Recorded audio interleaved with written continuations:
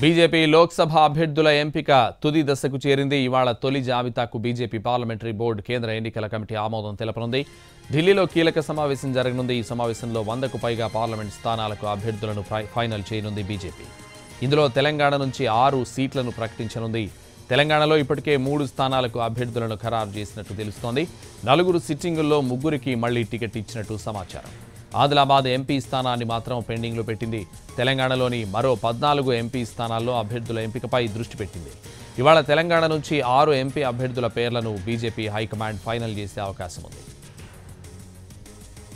ఇక ఎంపీ అభ్యర్థుల ఎంపికలో భాగంగా పలు రాష్ట్రాల నేతలతో బుధవారం బీజేపీ మేధోమథనం చేసింది.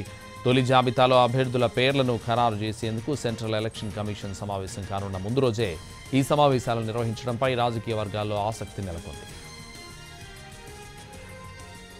పలు రాష్ట్రాలకు చెందిన పార్టీ నేతలతో కేంద్ర హోంమంత్రి అమిత్ షా, బీజేపీ జాతీయ అధ్యక్షుడు జేపీ నడ్డాలు వేరువేరుగా సమావేశాలు ఏర్పాటు చేశారు. మధ్యప్రదేశ్, హర్యానా, రాజస్థాన్, ఉత్తరాఖండ్ నేతలతో భేటీ అయ్యారు. ఉత్తరప్రదేశ్, ఛత్తీస్గఢ్, తెలంగాణ రాష్ట్రాలకు చెందిన నేతలతోనూ ఈ తరహా భేటీలు జరిగాయి. కేంద్ర ఎన్నికల సంఘం స్కెడ్యూల్ విడుదల చేసిన తర్వాతే బీజేపీ అభ్యర్థుల జాబితా ప్రకటించింది. కానీ ఇటీవల జరిగిన 5 రాష్ట్రాల అసెంబ్లీ ఎన్నికలను దృష్టిలో ఉంచుకుని ఈసారి మాత్రం భిన్నంగా వ్యవహరించనున్నట్లు సమాచారం. వచ్చే లోక్సభ ఎన్నికల్లో బీజేపీ 370 స్థానాల్లో విజయం సాధించాలని లక్ష్యంగా పెట్టుకున్నారు మోడీ.